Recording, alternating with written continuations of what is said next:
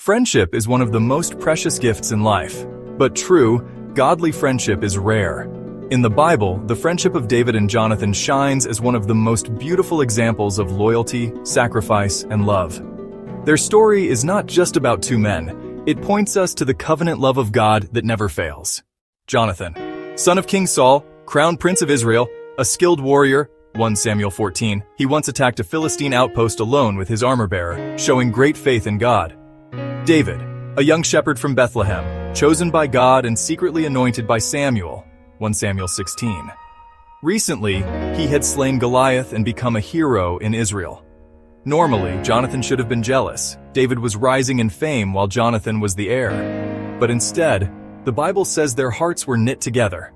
1 Samuel 18:1. Lesson: true friendship is not threatened by someone else's success. It celebrates it. Jonathan made a covenant with David. He gave David his robe, a symbol of royalty, his armor, sword, bow, and belt. This was not a small gesture. It meant, I recognize God's calling in your life, and I stand with you. Jonathan was essentially saying, even if the throne is mine by birth, I surrender to God's will. Lesson: godly friendship is marked by humility and recognition of God's plan, not self-interest.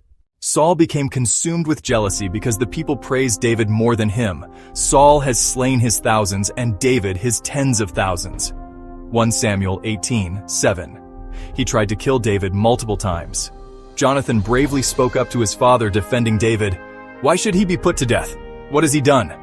1 Samuel 19:4. For a while, Saul swore not to harm David, but his heart turned again. Lesson: a godly friend speaks truth even when it is risky, even against family pressure. David fled to Jonathan fearing for his life. He asked, "What have I done? Why is your father trying to kill me?"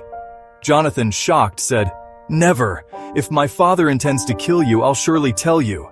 They renewed their covenant before the Lord. Jonathan said, "Show me unfailing kindness like the Lord's kindness." They planned a test. At the new moon feast, Jonathan would see how Saul reacted to David's absence. Jonathan said he would use arrows as a signal. If they fell beyond the boy, David must flee.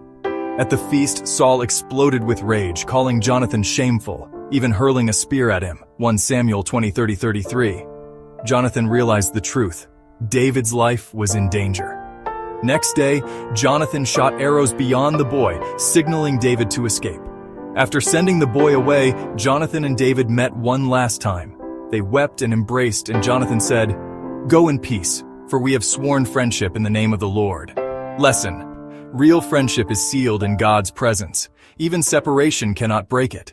Later, while David was hiding in the wilderness of Ziph, Jonathan secretly went to strengthen him. He encouraged David, saying, "Don't be afraid.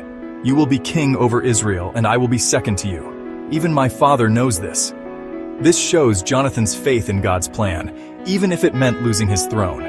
Lesson: a true friend points you back to God when you are weary. Jonathan died alongside Saul in the battle against the Philistines at Mount Gilboa. When David heard, he tore his clothes and wept.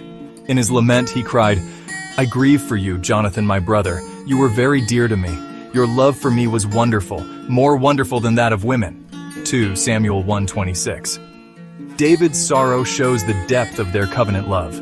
Lesson: godly friendship leaves behind a testimony of love and loyalty.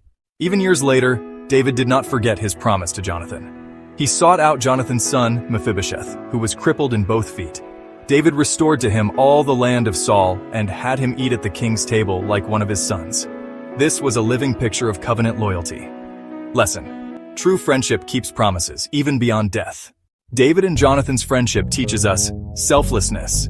Jonathan surrendered his throne. Loyalty. He defended David even against his father. Encouragement. He strengthened David in the wilderness. Faithfulness. Their covenant lasted beyond death. Ultimately, their friendship reflects the love of Christ. Just as Jonathan gave up his throne, Jesus gave up his heavenly throne. Just as Jonathan stood between David and Saul's anger, Jesus stands between us and God's judgment. Just as David showed kindness to Jonathan's son, Jesus shows grace to us, the children of covenant. Godly friendships reflect God's love. May we be friends like Jonathan, faithful, sacrificial, and godly. And may we find such friends who lead us closer to Christ.